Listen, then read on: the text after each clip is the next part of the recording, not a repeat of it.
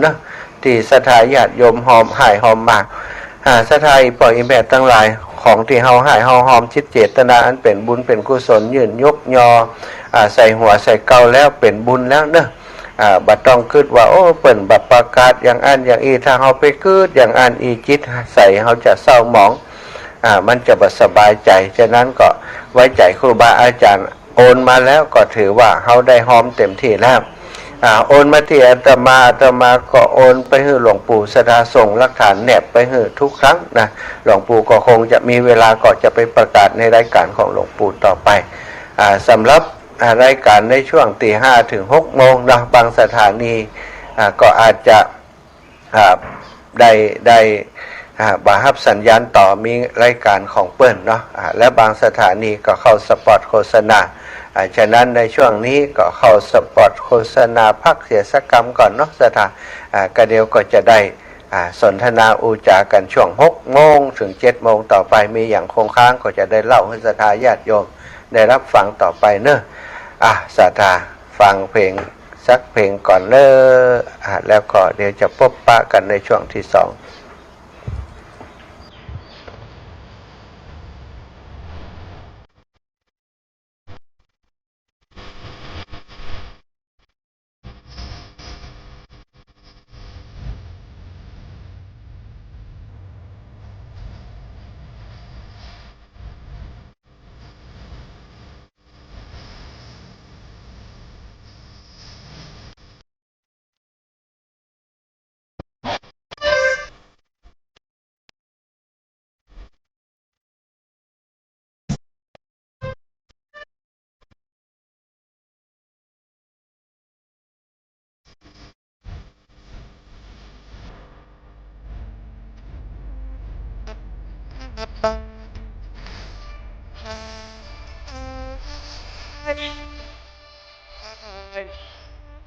ไอ้โซน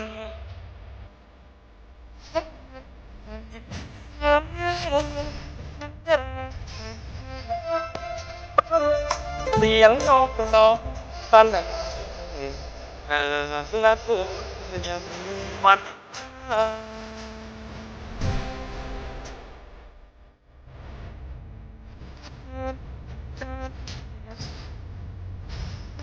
ทางสองทาง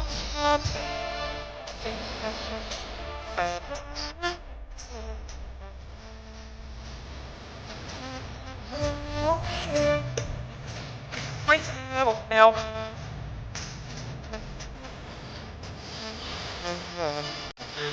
จึงมาหาใจแน่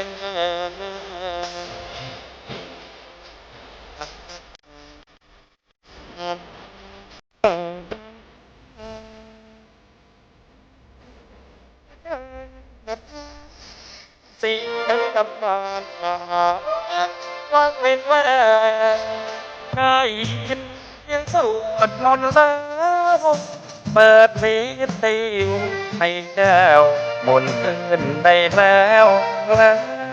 ฟังเสียงฟังนะท่านตื่นกันเถิดนาแสงทองเริ่มจับขอบฟ้าเพื่อเหลืองละพาจากฟ้าเย็นยามนกสุขเถิดคุณด้วยบุญที่เคยได้ท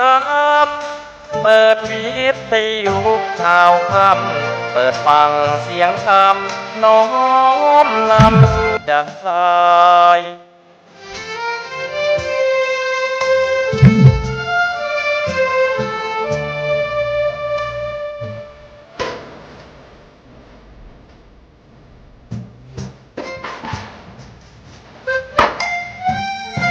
แล้วเสียงระฆังดังก้อง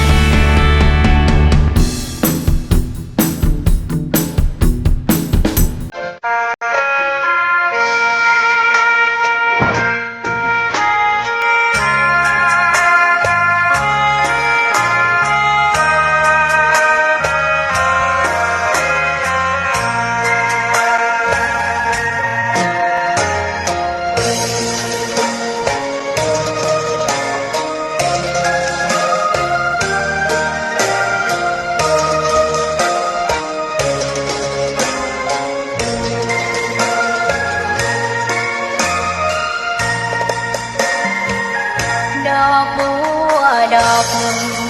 ตึงใจไว้เพื่อบูชาแด่องค์พระศาสดาสัมมาสัมพุทธเจ้ามีความงามเงียบ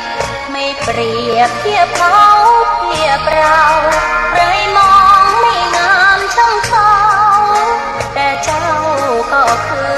ดอกบัวด้วยความสัตย์ซื่อยึดถือความดีเป็นหลักใครรักไม่รักก็ไม่จมปลักมองมัวเมื่อโผล่พ้นน้ำก็เห็นความงามในตัวไม่ยึดติดในตมชั่วขอเป็นดอกบัวดอกเดียวใครไม่มองว่าบัวงามเด่นแต่บัวก็เป็นดอกบัวทุกวันอย่างนี้ไม่อยากเด่นดังแต่มุ่งหวังในทางเด่นดีเกิดมาเพื่อสร้างบารมีถวายชีพนี้บูชาดอกบัวดอกน้อยเฝ้าคอยคนที่ใจบุญมาโอบเอื้อเกื้อกูลรู้ค่าของบุญเก็บบัวขึ้นมาเพื่อสร้างความดีและสร้างบารมีดังว่าใช้ดอกบัวนี้บูชาพระสัมมาสัมพุทธองค์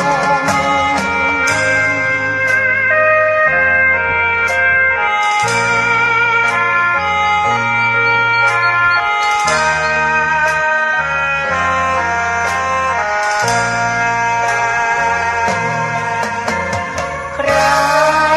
ไม่มองว่าบัวงามเด่นแต่บัวก็เป็นดอกบัวทุกวันอย่างนี้ไม่อยากเด่นดังแต่มุ่งหวังในทางเด่นดีเกิดมาเพื่อสร้างบารมีถวายชีพนี้บูชา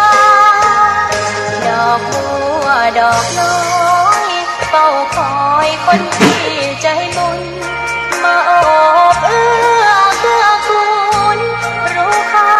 ของบุญเก็บบัวขึ้นมาเพื่อสร้างความดีและสร้างบารมีดังว่าใช้ดอกบัวนี้บูชาพระสัมมาสัมพุทธองค์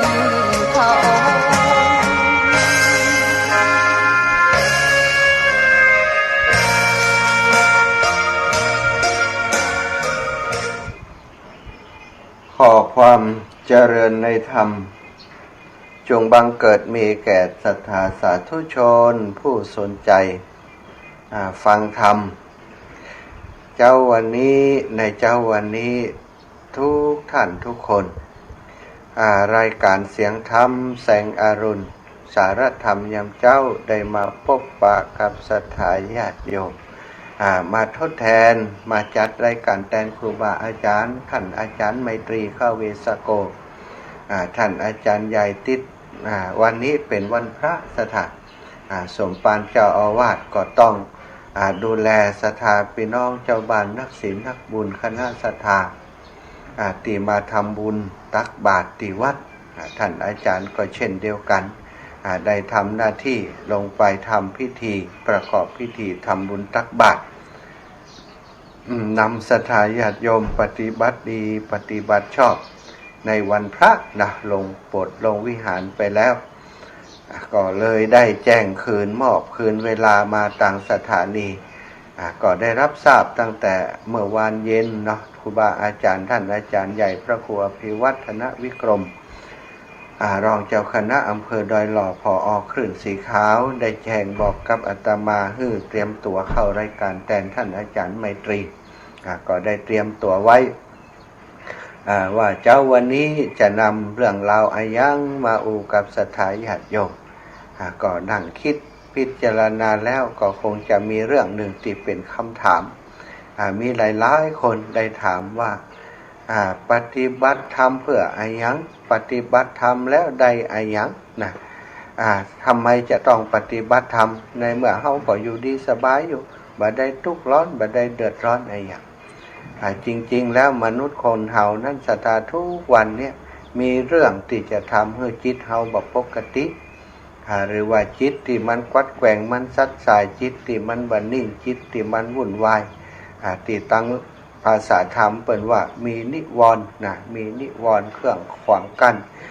นิวรณ์เครื่องขวางกั้นจิตที่จะทำให้จะทำคุณงามความดีก็มีอันว่าคัดมาขวางตลอดถึงมีเรื่องที่ทำให้จิตนี้มันบ่ปกติมันฟุ้งซ่านมันฟุ้งซ่านอยู่ทุกๆวันตลอดเวลาสิ่งที่ทำให้จิตฟุ้งซ่านก็คืออารมณ์ต่างๆที่มันเกิดขึ้นซะถ้าเฮาฮู้นะว่าโอ้ความฟุ้งซ่านนี้มันเกิดขึ้นแล้วทำให้เฮาบ่ปกติเฮาก็จะได้ฮู้ว่าอ๋ออันนี้โลเนี่ยที่มันเกิดความทุกข์ความอย่างต่างๆฟุ้งซ่านในเรื่องโน้นเรื่องนี้ฟุ้งซ่านไปหาอดีตฟุ้งซ่านไปหาอนาคตแล้วปัจจุบันนี้บ่ได้สนใจเลยว่าความรู้สึกปัจจุบันเป็นจะได้บ่ได้ใส่ใจบ่ได้สนใจความทุกข์ก็เลยเข้ามาโดยง่ายซะความทุกข์บางคนถ้าบ่ได้พิจารณาดีๆเนาะความทุกข์มันอาจจะแอบแฝงมาในรูปของน้ำผึ้งอาบยาพิษนะบางคนบอกโอ้ทุกวันนี้ก็มีความสุขอยู่หรอกสุขดีอยู่กับครอบครัวมีความรักมีความอบอุ่นดีอยู่ในที่ทำงานต่างๆก็มีแต่คนสรรเสริญเยินยอทำงานประสบความสำเร็จต่างๆสถานสิ่งเหล่านี้เป็นสิ่งที่บันแน่นอนวันนี้เรามีคนชื่นชมยินดีกับความสำเร็จของเราแล้วก็ในวันหนึ่งคนเดียวกันอาจจะมาเรียกว่าอาจจะมาติฉินนินทาหรือว่าอาจจะมาฮือร้ายว่าร้ายต่อเรามันเป็นสิ่งที่บันแน่นอนคำสรรเสริญก็จะได้อยู่เมินแม้แต่คำนินทาก็เช่นเดียวกันเป็นสิ่งที่ใบอยู่เมินเหมือนกันแต่คนส่วนใหญ่แล้วเวลาเปิ่นชื่นชมยินดีหรือว่าสรรเสริญเยินยอเขาก็มีความสุขเนาะแต่เมื่อใดที่มีคนติฉินนินทาแม้กระทั่งว่ากล่าวตักเตือนในสิ่งที่ดีเขาก็อาจจะบอกพอใจก็ได้บอกพอใจก็เป็นทุกข์ซะครับพอใจก็เป็นสุขทั้งสุขทั้งทุกข์นั้นก็อยู่โดยเฮาบ่เมินการปฏิบัติธรรมนั้นก็เพื่อจะให้จิตของเฮานั้นอยู่กับตัวเองมีความทุกข์มีความทุกข์น้อยมีความสุขมากความสุขในเรื่องของการปฏิบัติธรรมก็คือความสุขที่มันบ่เหมือนกับอันสุขทั่วไปที่เฮาว่าการสุขสนุกสนานก็สุขอีกอย่างหนึ่งสุขในการทำบุญสุนทรทานการปฏิบัติธรรมก็จะเป็นอีกอย่างหนึ่งความฟุ้งซ่านนะความสุขแบบฟุ้งซ่านแบบสนุกสนานนั้นความตื่นเต้นทั้งหลายที่เฮาตีเอาว่าเป็นความสุขนั้นมันเกิดขึ้นแล้วก็ดับไปวับแวบวับแวบสถานญาติโยมไปแต่ความสุขที่ยั่งยืนความสุขที่ยั่งยืนก็คือความสุขที่จิตใจนั้นบ่ถูกกดดันบ่ถูกบังคับโดยกิเลสต่างๆเป็นความสุขที่อยู่แบบสงบสงบเย็นความสงบเย็นแห่งจิตแห่งใจของเฮาที่มันบ่อยากไอ้หยังนักเกินไปเนาะที่มันบ่โคตรบ่เกลียดหยังเป็นจิตที่นิ่งๆอยู่นั้นในภาษาธรรมเพิ่นบอกว่าเป็นจิตที่นิ่งเป็นจิตที่สงบจิตแบบนั้นเนี่ยทำให้ร่างกายของเฮาจิตใจของเฮามันสมองของเฮาเนี่ยมันมีความสงบมันมีความสุขซึ่งจิตแบบนี้นั้นจะได้จากการปฏิบัติธรรมการปฏิบัติธรรมถ้าในความหมายก็คือการมีสติอยู่กับชีวิตประจำวันซะ ปกติแล้วเราบ่ค่อยมีสติสัมปชัญญะอยู่กับปัจจุบันขณะเลยเปิ่นก็เลยจะแล้วก็เหตุที่เราบ่มีสติสัมปชัญญะอยู่กับอารมณ์ที่มีในปัจจุบันนั้นมันทำให้ความทุกข์ต่างๆมันวิ่งเข้ามาหาเฮาง่ายความทุกข์มันจะวิ่งมาตั้งอายตนะตั้งหลายตั้งตาตั้งหูตั้งจมูกตั้งลิ้นตั้งกายตั้งใจสิ่งเหล่านี้นี่มันคอยจะเข้ามาในจิตใจเฮาตลอดถ้าเฮาบ่มีเครื่องกั้นนะเครื่องกั้นที่บ่ให้สิ่งเหล่านี้เข้ามาเฮาจะกั้นบ่ให้ตามองเห็นมันเป็นไปบ่ได้เนาะสถานทั้งหลายเฮาจะกั้นบ่ให้หูได้ยินมันก็เป็นไปบ่ได้มันจะต้องได้ยินมันจะต้องได้หันมันจะต้องมีการสัมผัสทางกายตาหูจมูกลิ้นกายใจมันจะต้องมีสิ่งเหล่านี้เข้ามาหาเฮาตลอดแต่มันเข้ามาแล้วเขาจะมีเครื่องกั้นอย่างใดเครื่องปิดอย่างใดที่บ่ให้มันทุกข์อันนี้คือสิ่งที่สำคัญเปิ่นจึงบอกว่าการทำเครื่องกั้นการทำให้จะมีเครื่องกั้นที่ดีเริ่มจากการที่ต้องมีศีลก่อนความปกติแห่งจิตนะเริ่มต้นจากการเป็นคนที่มีศีลถ้าเราบ่มีการเบียดเบียนร้ายนะบ่เบียดเบียนทำร้ายไผบ่ฆ่าสัตว์ตัดชีวิตการฆ่าสัตว์ตัดชีวิตการเบียดเบียนผู้อื่นนั้นเฮาก็ยังฮักชีวิตของเฮาสัตว์อื่นก็ฮักชีวิตของเขาเหมือนกันการที่คนหนึ่งการที่ชีวิตหนึ่งจะไปเบียดเบียนคนอื่นเนาะเอาเป็นคนก็แล้วกันการที่คนหนึ่งเนี่ยอาจจะไปฆ่าสัตว์ตัดชีวิตนี่มันจะต้องเป็นคนที่มีจิตใจโหดเหี้ยมทารุณโหดร้ายนะบางคนฆ่าได้แม้กระทั่งช้างม้าวัวควายนะหมูหมาเป็ดไก่อย่างอีกเป็นต้นนกนูหูปีกเล็กน้อยลงมาเนี่ยสามารถฆ่าได้โดยบ่มีความรู้สึกอย่างแต่ว่าการฆ่าครั้งแรกๆอาจจะมีความรู้สึกอยู่รู้สึกบ่สบายใจจะเป็นบาปเป็นกรรมก็จ้าแต่ว่าทำมันเข้าเหมือนเข้าจิตใจก็หยาบกระด้างลงไปเป็นคนที่สั่งสมแต่ความโหดร้ายทารุณอย่างคนที่ชอบฆ่าคนในสถานบางคนการทำครั้งแรกนั้นรู้สึกกลัวแต่ฆ่ามันเข้าเขาก็กลายเป็นความเคยชินแล้วก็ความคุ้นเคยแล้วก็กลายเป็นเรื่องที่ทำให้เหมือนกับว่าตัวเองนี่เป็นคนเก่งสามารถฆ่าได้แม้กระทั่งคนที่มีชีวิตจิตใจเหมือนกับตัวเองบางครั้งบางคนก็เสพติดเวลาฆ่าคนนี่อาจจะมีอาการอย่างหนึ่งรู้สึกว่าภาคภูมิใจรู้สึกว่าตัวเองนี่เป็นคนเก่งเหมือนกับเป็นพญายมมาทูตพวกมือปืนกล้าพวกอะไรอย่างกาเนาะสถาญาติโยมคนที่ถูกฝึกมาเพื่อจะทำการฆ่าโดยเฉพาะนี่บางคนถือว่าเป็นหน้าที่ที่จะต้องทำไม่ใช่การฆ่าสัตว์ตัดชีวิตนะถูกคำสั่งมาคิดว่าคำสั่งนั้นจะต้องทำอย่างเดียวถูกเรียกว่าถูกโปรแกรมสมองมาให้เป็นคนที่โหดร้ายซะดังแต่หมู่เฮาทั้งหลายนี้ที่บ่ถูกโปรแกรมสมองกำจัดโดยปกติแล้วเฮามนุษย์ทุกคนนี้เกิดมาพร้อมกับจิตใจที่เป็นพุทธะมีความเมตตาโดยปกติอยู่แล้วเฮาก็จะมีความเมตตา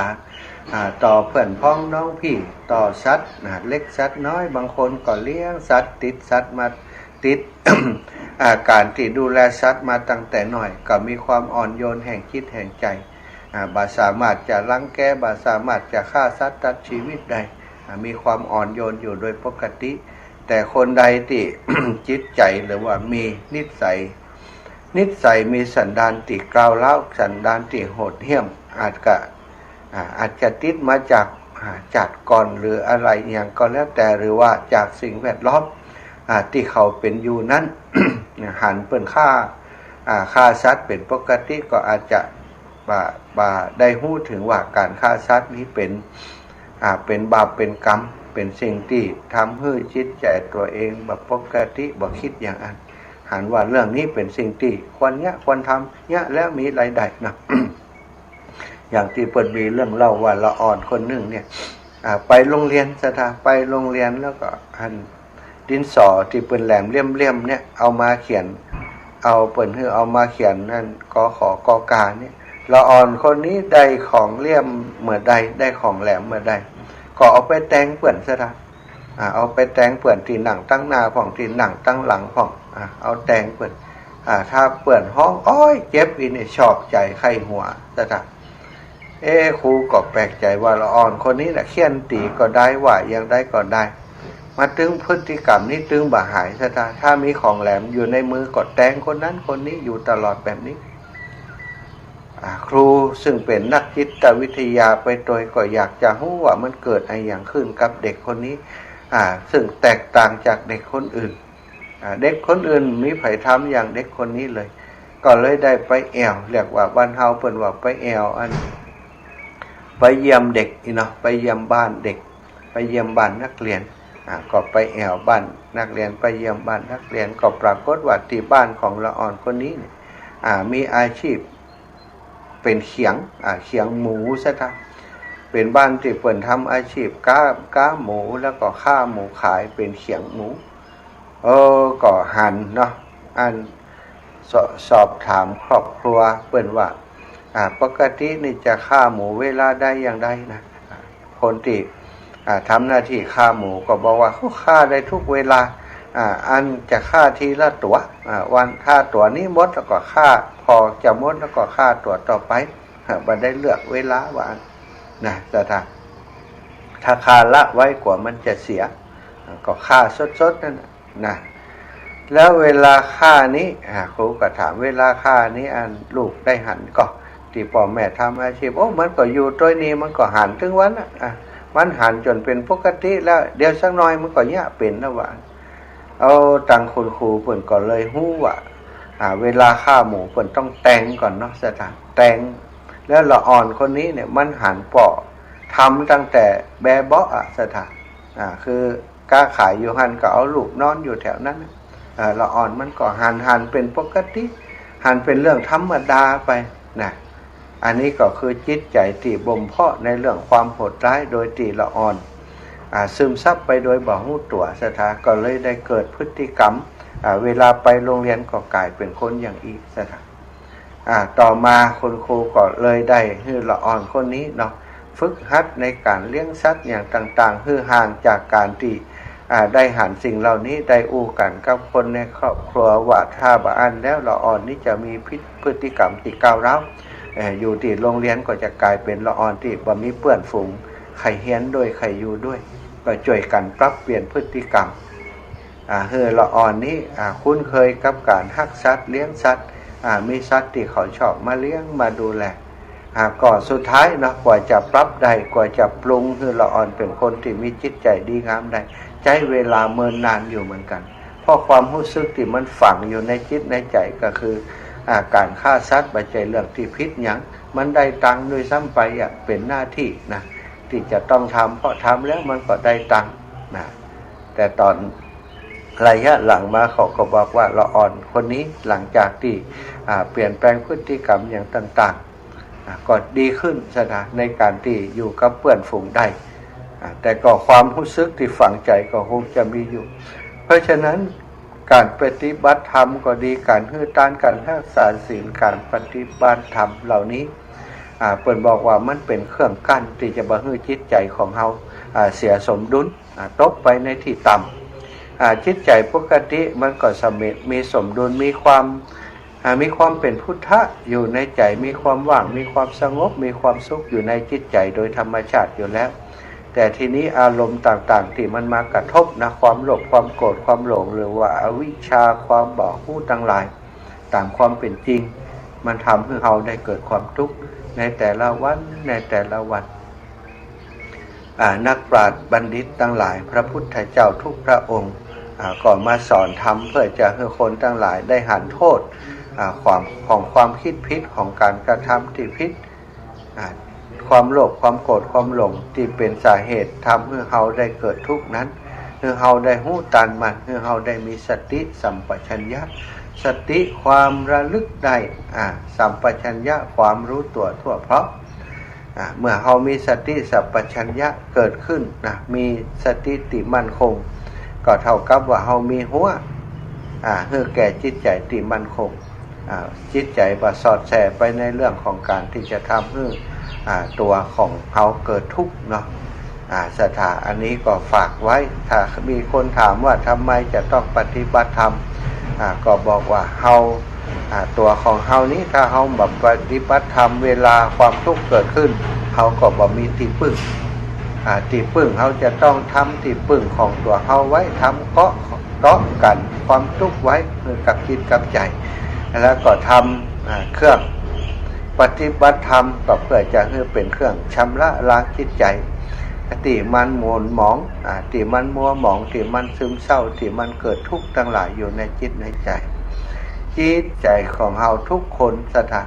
ทุกวันที่เฮาตื่นขึ้นมาเจอกับอารมณ์ต่างๆทั้งดีทั้งร้ายดีก็ตื่นเต้นร้ายก็หดหู่ดีก็ตื่นเต้นร้ายก็หดหู่ทำให้จิตใจบ่ปกติอยู่แบบนี้ทุกวันซึ่งจิตใจแบบนี้มันเป็นจิตใจที่ทำให้เฮาบ่มีความสุข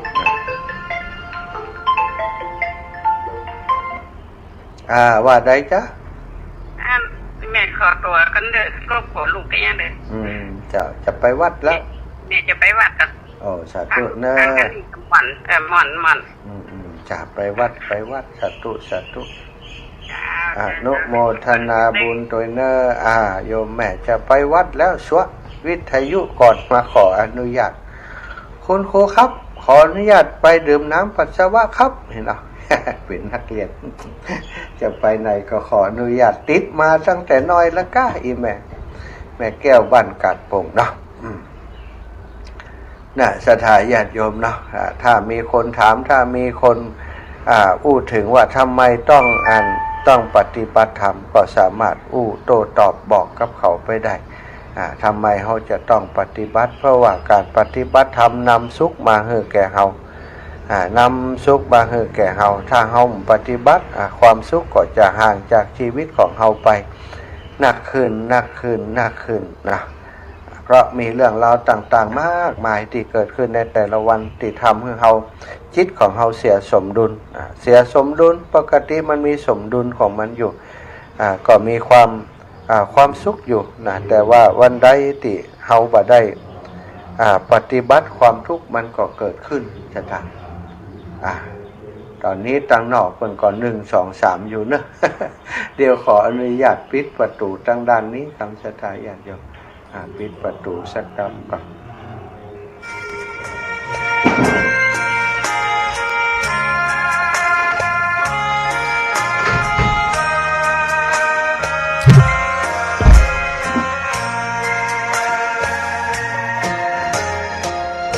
เพิ่นทดลองเสียงละ อันเครื่องเสียงชุดใหม่เปิ้นฮัลโหล1 2 3เดี๋ยวเสียงมันจะเข้ามารบกวนตั้งเพศนะสถาอีปอยอีแม่ตั้งหลาย ฉะนั้นคนเฮาทุกคนทุกวันก็ควรที่จะสร้างสมหัวของจิตหัวของบ้านของช่องเฮายังซ่อมยังแซมยังทำกันทุกวันร่างกายเฮายังมีการออกกำลังกายทุกวันเพื่อจะซ่อมแซมส่วนที่มันสึกหรอถ้าร่างกายบ่แข็งแรงโรคภัยไข้เจ็บมันก็เข้ามาหาเฮาง่ายแต่จิตใจหลายๆคนบ่สนใจที่ซ่อมแซมหัวที่มันชำรุดทรุดโทรมไปหัวที่มันชำรุดทรุดโทรมไปอารมณ์ต่างๆที่ของเฮาทั้งหลายที่มันเปราะบางที่บ่มีความเข้มแข็งในอารมณ์ต่างๆที่เกิดขึ้นเจออะไรอย่างที่ทำให้ฮักก็ฮักหัวปักหัวปั๊มบ่ได้พินิจพิจารณาเจออะไรอย่างที่มันทำให้โกรธให้เกลียดก็โกรธแบบสุดๆไปเลยเป็นคนอารมณ์ร้อนเป็นคนที่มีอารมณ์รุนแรงอย่างต่างๆเหล่านี้สิ่งเหล่านี้คือสิ่งที่ทำให้จิตใจของเราบ่ปกติ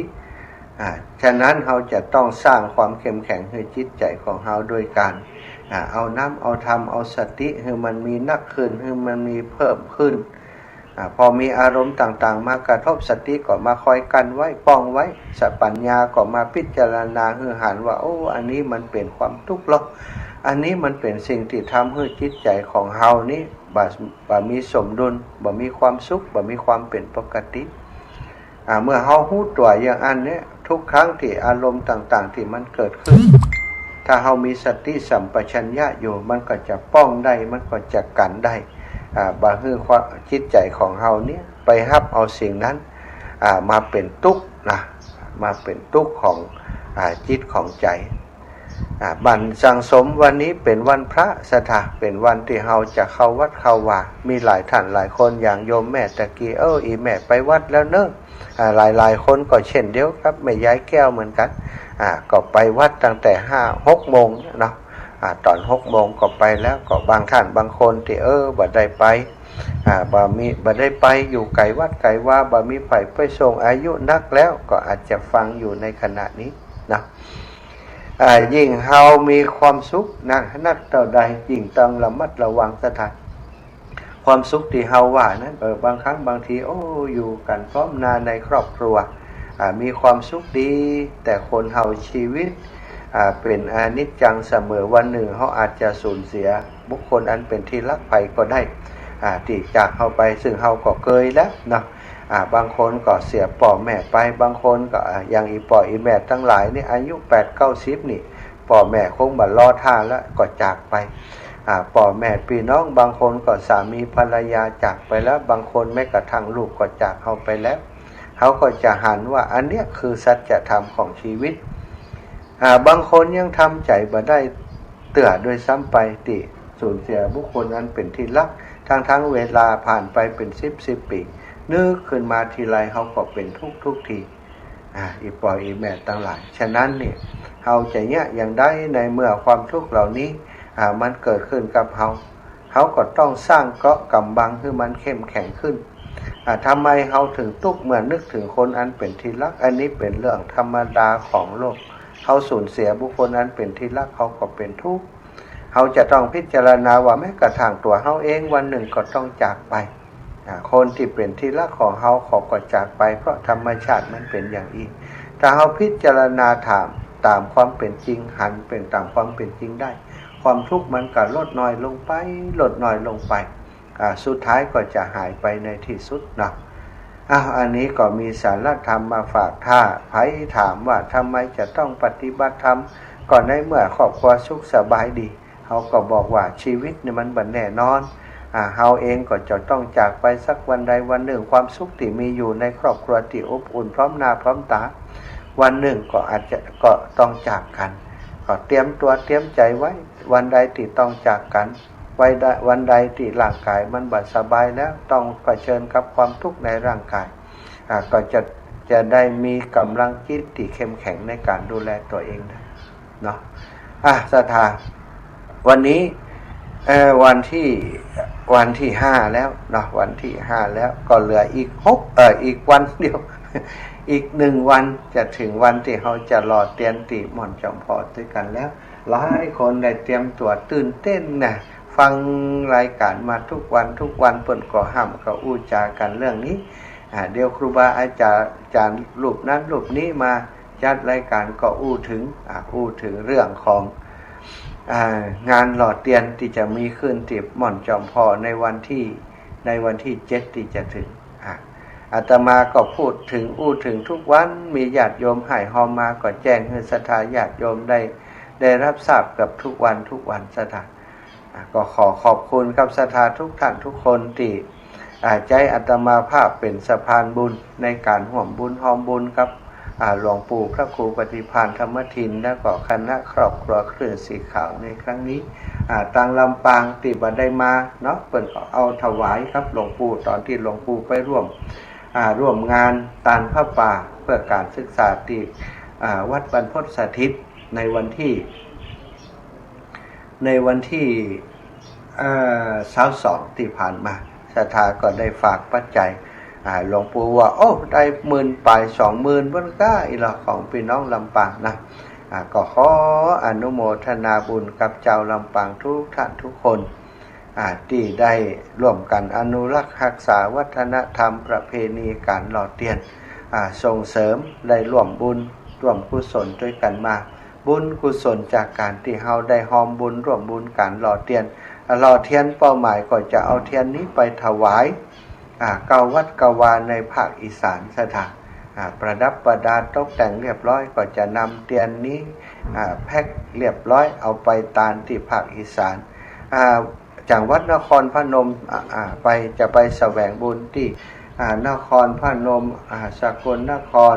อุดรธานีขอนแก่นแล้วก็สดมาทางเพชรบูรณ์พิษณุโลกอุตรสุโขทัยอุตรดิตถ์กับลำปางของเฮากับเชียงใหม่กับเชียงรายนะจะไปตานกันในวันที่23 24 25เนาะเดินทางเจ้าวันที่23 ตี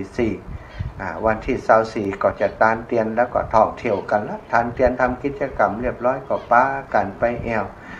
แสวงบุญในสถานที่วัดวาอารามที่สำคัญพระธาตุพนมพระธาตุเชิงชุมไปหนองหานผ่านไปพัดผาแดนผ่านไปในสถานที่สำคัญซึ่งตอนนี้รถราที่จะไปก็เตรียมกันเรียบร้อยแล้วเนาะของอาตมาภาพได้โควต้ามา5กันเท่านั้นเนอะลำปางเขาได้5กันตอนนี้เต็มไปแล้ว 3-4 กันแล้วนะก็เหลือกันสุดท้ายใครจะไปที่ลำปางก็ยังมีโอกาสอยู่แต่ที่เชียงใหม่เชียงรายเมืองฝางเต็มกันทุกที่แล้วเนาะเต็มกันทุกที่แล้วมีแต่ที่ลำปางที่เดียวเหลืออีก1กันกันสุดท้ายนี่ก็มีแล้ว 2-3 คนแล้วเนาะอันนี้ก็เป็นโอกาสของลำปางนี้เป็นลูกสุดท้องน้องสุดท้ายของครอบครัวคลื่นสีขาวทำไมที่อื่นเป็นถึงเต็มก่อนนะที่อื่นนี่เปิ่นไปแอวด้วยกันมาเป็น20 กว่าปีแล้วสถานไปหันไปนี่ด้วยกันมาไปแถวภาคใต้ไปแถวภาคในภาคกลางไปแถวกรุงเทพกรุงไทยด้วยกันมาหลายรอบแล้วเปิ่นก็จะมีกลุ่มของเปิ่นอยู่แต่ลำปางของเฮานี้ต่างแต่เฮาวิทยุสถานีวิทยุเครือข่ายคลื่นสีขาวกับ 106.50 เมกะเฮิรตซ์เชื่อมสัญญาณเข้ามาหากันทำงานเป็นทีมเดียวกันนี้ก็ถือว่าประมาณเวลา 5-6 ปีที่ผ่านมานี่เองเนาะ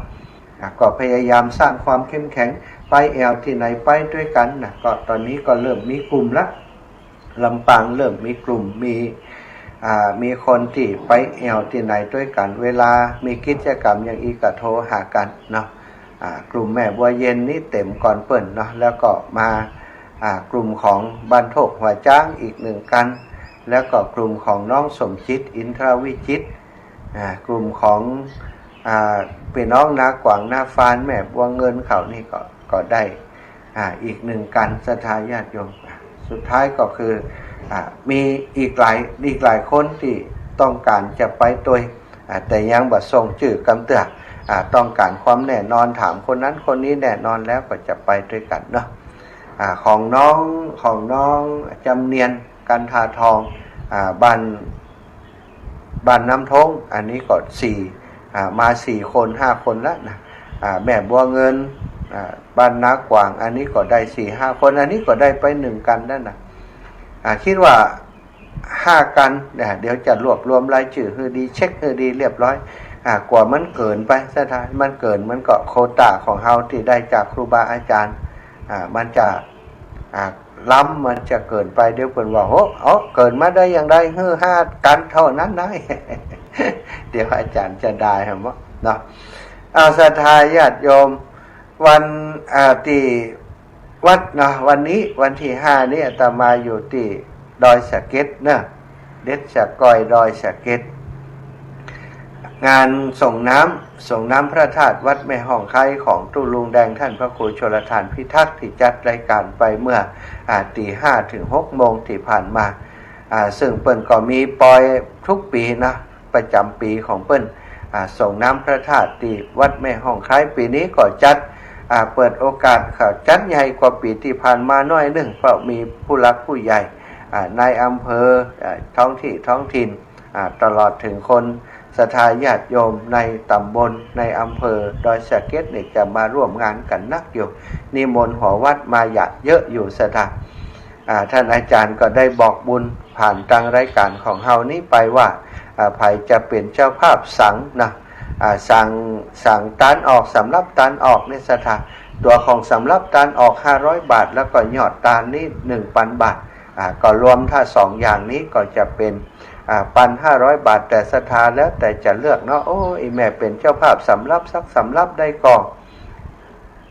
วันนี้ยังตันอยู่นะตันถึง9 โมงเท่านั้นเนาะถ้าศรัทธาจะร่วมเป็นเจ้าสำรับกับตุลุงแดงนะที่มีเบอร์โทรของอาตมาที่มีเลขที่บัญชีของอาตมาที่เฮาเคยทำบุญร่วมกันมาที่อาตมาได้เป็นสะพานบุญให้อีพ่ออีแม่มาโดยตลอดก็สามารถแจ้งมาได้แต่ขออย่างหนึ่งก็คือส่งสลิปมาให้จิมอาตมาจะได้จดรายชื่อแล้วก็นำสลิปเนี่ยส่งให้ตุลุงพอว่าวันนี้จากตอนเจ้านี้ไปถึงตอน9 โมงนี้มีไผ่หอมมาพ่องเนาะก็จะแจ้งให้ตุลุงเปิ้นทราบแล้วก็นำปัจจัยถวายเปิ้นถ้าศรัทธาโอนมาก็จะโอนผ่านเข้าบัญชีของตุลุงไปตอนนี้ที่นั่งอยู่นี้นี่จำเลขที่บัญชีตุลุงมาได้ถ้าจำได้ก็จะให้โอนผ่านเข้าไปตรงนั้นเลยแต่ว่าเป็นยังขอว่าส่งสลิปมาก็แล้วกันหรือว่าโทรมาแจ้งโทรมาบอกว่าอีแม่ได้โอนไปแล้วเนอะต่ออันต่อดีแต่ถึงเวลา9 โมงเท่านั้นเนอะสถานหลังจากนั้นก็เขาไปหอมกันที่อันพระธาตุจอมพอนี้ก็มีโต๊ะจีน 1,500 บาทต่อ1โต๊ะเนอะสถานแล้วก็สำหรับตันออกนะสั่งตันออกหัววัดต่างๆ 1,500 บาทเทียนนี้ตอนนี้ก็คงจะได้ครบแล้วเทียนนี้ตกอยู่ราคาที่ 1,000 บาทเนาะก็น่าจะครบแล้ว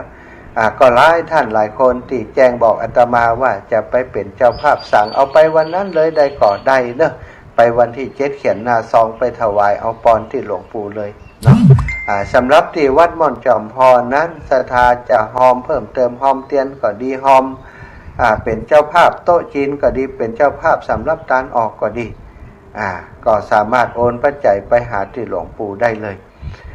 เลขที่บัญชีของหลวงปู่พระครูปฏิภาณธรรมทินเป็นของธนาคารไทยพาณิชย์เลขที่บัญชี545-256-7959สถาน545-256-7959เนอะศรัทธาสามารถโทรไปแล้วก็โอนปัจจัยไปให้หลวงปู่ได้เลยเจริญพรโยมแม่โอ้หอมตังสิส่งน้ำให้แม่100ตุลุงแดงเนาะแม่บัวเย็นจันทบวันซื้อนี่เจอกันแม่บัวเย็นจันทบหอมอันส่งน้ำเนาะ100 บาทเนี่ย100 บาทปะกันต้องได้100 ซาวกาสะพานบุญกาข้ามสะพานว่าเล่นได้เนอะเสียทางเสียไปเสียอย่างใดเนาะ0808844173ป่ะเปิดสายกันแล้วกัน0808844173ฝ่ายจับฝากให้ฝากหอมเป็นสะพานบุญฮือได้เนอะสำหรับงานของตุลุงแดงพระครูชลทานพิทักษ์อนุโมทนาบุญขอบคุณกับศรัทธาติเปิ่นหายหอมมาแต่วานี้มีคุณโยมกนกพิษและคุณแม่บุญมีกาจุมบัดเดี๋ยวนี้ก็มีโยมแม่อันบัวเย็นจันทบนะแล้วก็มีโยมแม่บัวเงินนะโยมแม่บัวเงินร้านต่องลาดนาก็ฝากความบุญมา100 บาทเจริญพรแม่คำนวณเจ้ากับพรรษาเจ้าอีแม่ได้มาเนาะไปกาได้1,000ไปอันนี้เราเป็นนักทำได้สอนมีเช่นก็เปิ่นละเจสอนนี่เปิ้นมีไป1กันแล้วไหมล่ะขนาดเนาะได้กะเดี๋ยวเป็นกันที่5กันแล้วกันถ้าอันนี้เดี๋ยวนี้ต้องปิดรับสมัครก่อนเดี๋ยวจะเช็คของเฮาก่อนเนาะเจ้าโอเคได้เดี๋ยวป้าหมอวันที่7จะอู้กันครับเจ้าไปกาเจ้าแม่ไปห้อมตุ๊จีนไปแล้วกับน้องสาว2 คนโอ้อนุโมทนาบุญเด้อโอนเธอตุลุงไปแล้วดีละเจ้าสาธุบุญกับแม่นะบุญรักษาอยู่ดีมีสุขแม่คำนวณดินดำเป้าลืมปีน้องจะซ่อนไปเลยนี่ รถตู้ประเดี๋ยวนี้ลำปางก่อนน่าจะเต็มแล้วเนอะชะตา ขออาตมาเช็คดีๆก่อนเดี๋ยวไปไล่เช็คดีๆกันนั้นต่อใดแล้วกันนี้ต่อใดแล้วเดี๋ยวนี้ที่แน่ๆคือแม่บัวเย็นเต็มละแล้วก็บ้านโถกหัวช้างเต็มละนะแล้วก็ของโยมพิเศษเนาะพี่น้องสันทรายไปอยู่ลำปาง บ้านนั้นหนองเต่าเนาะแหมหนึ่งกันนะอันนี้ก็ไปเปาะกับลำปางเด้ออีหรอกเจริญพรโยมป่อวันที่7ปากันนอกครับวันนี้ขึ้นไปวัดจิมกะวันนี้ช่วยกันได้ใช่ปะ ครับผมจะขึ้นไปอยู่วันนี้นะดีแต่ว่านี่ปอกกำนันไปขนโต๊ะขนอย่างมาฝนตกเหี่ยวแต่ว่าถ้ามาซ้ำได้แต่ว่าเขาคืนก่อนเขานอนหันอย่าแต่ว่านี่ตื่นเจ้าก็มาเพ่อีปอครับเดี๋ยวเสร็จงานนี้ก็หีบกลับไว้ละครับซื้อนอกป้ากันนอกบะแรงบึดเนี่ยบายเนี่ยป้ากันแน่นอนแรงอีกจ้ะแต่ผมได้จะอยู่มาถึงว่าแรงใช่ไปเช็คปากกระตอนอย่างนี้กันถ้ายิมกะพอหน้ากันก่อนกะก่อยครับ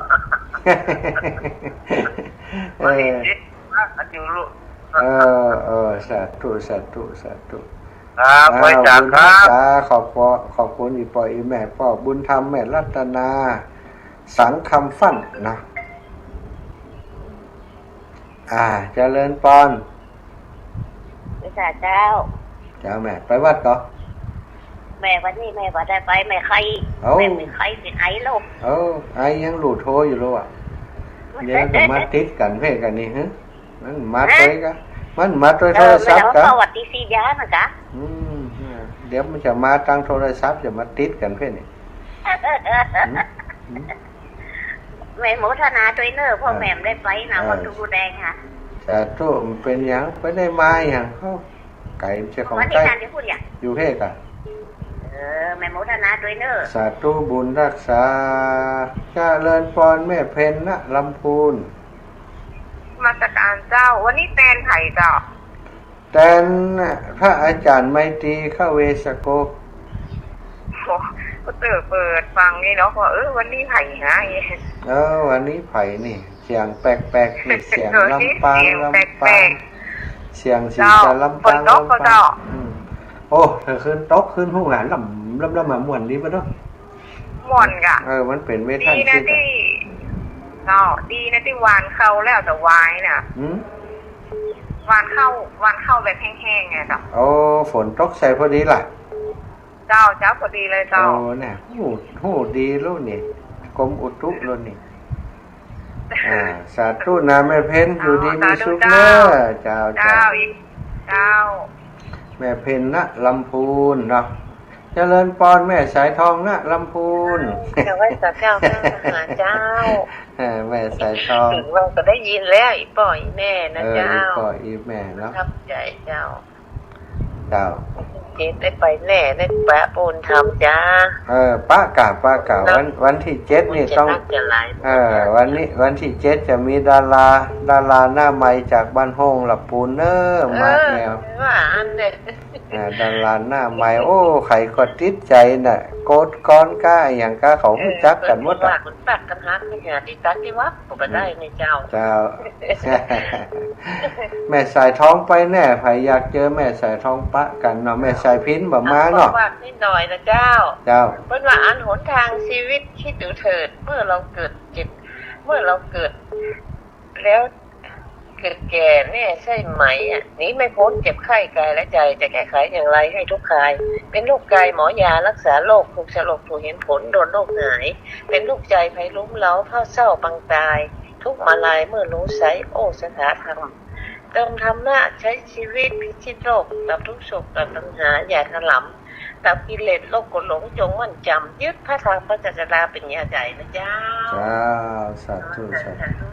เจ้าสบายสาเจ้าแม่วินแม่พัดใช้เมืองชื่นโทรมาใหม่เด้อแม่ครับบัตรตันตะกี้สายรุดไปเห็นนะแม่พัดใช้เมืองชื่นบรรณาจลามีอย่างจ้าฝากไข่ฝากหอมโทรมาแหมใหม่ช่วงนี้ว่างอยู่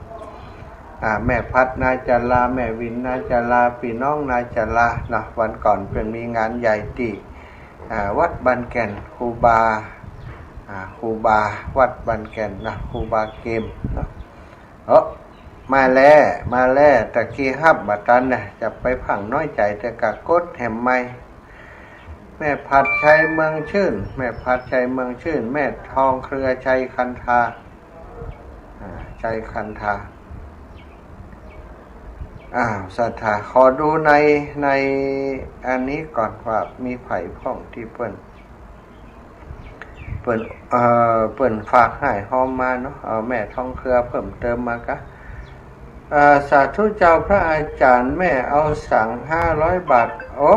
สั่งต้นลุงแดงกับแม่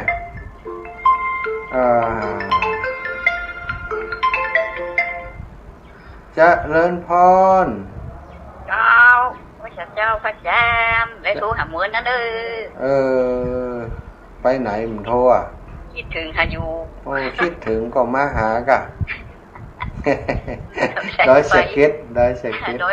ดี๋ยวนี้อยู่ดอยสะเก็ดเจ้าโยมแม่แม่จะทำตู้คืนเนี่ยเราเป็นความแม่ขี่แจ้งมันดีกว่าดีกันนี่จะได้ของใหญ่เข้าบ้านแล้วน่ะจะไปทำบุญในวัดในหุ้นอ่ะบาง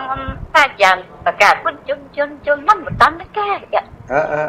จ้างกันย่างจ้างจ้างกันย่างจ้างขี้จ้างอีกปัดโธ่บอกถ้าไม่มีนั่นเป็นย่างไปเป็นกวนจ้างกะไม่วินเป็นกวนจ้างกะขี้จ้างนี่จะได้โจกใหญ่เข้าบ้านนะจะได้โจกเป็นซัด2 เท่ากะโจกใหญ่เนอะโจกใหญ่เข้าบ้านขี่จ้างลูกหลานจะได้เป็นใหญ่เป็นโตกะร่างเป็นนายกหู้น่ะ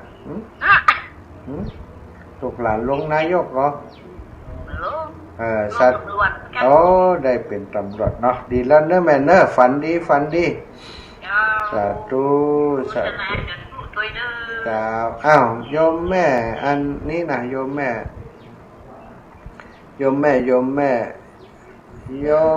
ม่ทองเครือชัยคันธาได้ร่วมบุญสั่งมา500 บาทสั่งของตู้ลุงแดงเนาะโอนมาแล้วอันนี้โอนวันก่อนอันนี้โอนวันก่อนแม่เอาสั่ง500ก็เดี๋ยวจะได้หอมให้อีแม่ก่อนเนอะแม่ทองเครือชัยคันธานายสมคิดนางสุรภานายคมฤทธิ์อำพันธ์นายสุรชาตินางวาสนาอุปป้อนางสาวธัญพัฒน์ร่วมกันนางสาวธัญพัฒน์ร่วมกันเป็นเจ้าภาพสั่งของตู้ลุงแดง500 บาทอนุโมทนาบุญสุรชาติวาสนาพระอาจารย์ขอร่วมบุญกับตู้ลุงแดงโดยแม่ทองเครือชัยคันธาอุปอันนี้200 บาทให้พี่สาวโอนให้เจ้าขอเป็นกำลังใจพระอาจารย์ครับ200รอนึกว่า500ตะกี้อ่านตั้งปุ้นมันเป็น500เนาะอ่านของตีเป็นหน้าเพจของอีแม่โยมฟังป่ออุ้ยอายุ108 ปีเล่าความหลังฝากข้อคิดให้อนุชนรุ่นหลังไว้ดีมากสาธุเนอแม่สุเกียงพ่อลุงช่วงนี้บ้านมีงานหนักครับท่านวันที่7ที่บ้านก็จะมีงานฉลองน้ำพระธาตุคนเฒ่าเลยบ่ได้ไปเห็นหมอ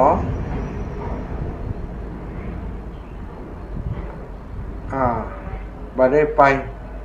ไว้โอกาสหน้านะครับโอเคไม่เป็นไร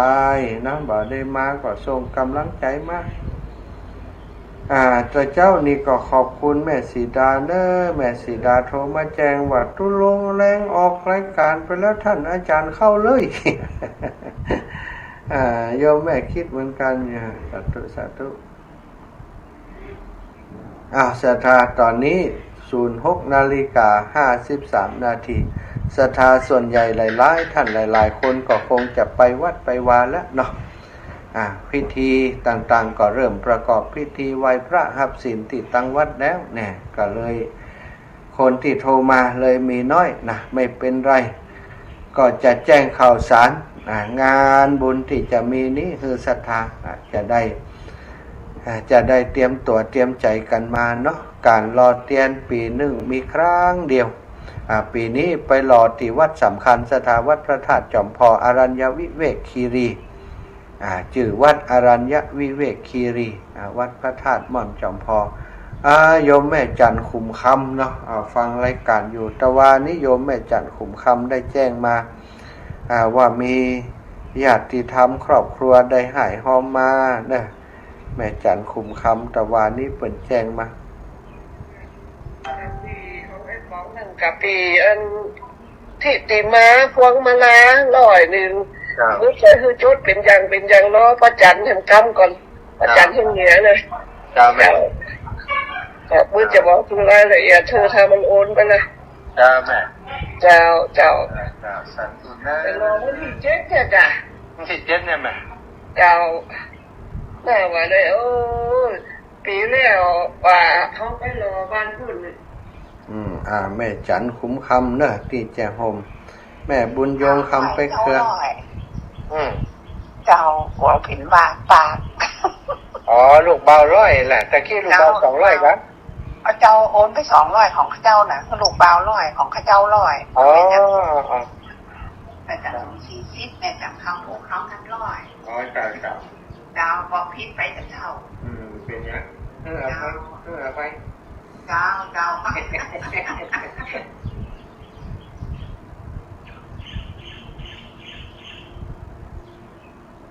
80 วันแม่ถึงได้80 วันตัดสินโอ้คนพอสมนึก80 วันตัดสิน200เจ้าแม่มีบัญชีของหลวงปู่หรือยังบ่มีเจ้ามีบัญชีเขาแหละเจ้าพระอาจารย์นะเดี๋ยวกันพระอาจารย์เจ้าจะขอรบกวนนั่งเหล็กบัญชีพระอาจารย์นี่กว่าเจ้าเอาของหลวงปู่ถ้าจะเอาบัญชีเอาของหลวงปู่เลย545จ้ะ256อันนี้ก็545 256 7959ไปปะธนาคารไทยพาณิชย์แล้วเจ้าไปพระดีก็พระครูปฏิภาณธรรมจินเรียบร้อยสาธุชัยสิทธิในโอกาสนี้ขออำนวยพรให้สถานะก็ที่เพิ่นฝากให้ฝากหอมมาก็ประกาศมีแม่ซิมมุนีแก้วนะแม่ซิมมุนีแก้วก็ฝากปัจจัยมาแล้วถวายหลวงปู่ไปแล้วแม่ซิมมุนีแก้วกับแม่กาญจนาชัยนลินชัยลินเนาะที่ตรอกไฟฟ้านี่ก็นำถวายให้เรียบร้อยแล้วเนอะได้เขียนได้อย่างคือเรียบร้อยแล้วเนาะเขียนแผ่นเตียนให้วันก่อนละก็สบายใจได้นะบ่ฮื้อตกบ่ฮื้อลนเอาละหมดเวลาหมดก็ขอนำรายการจากลาศรัทธาไปโดยเวลาเพียงเท่านี้ไทยตีไผ่ที่จะให้หอมของสั่งของตุ้ลุงแดงแล้วก็ของหลวงปู่ก็แจ้งมาได้เนอะสถานจัตตารโอธัมมาวัฏันติอายุวันโนสุขังพะลัง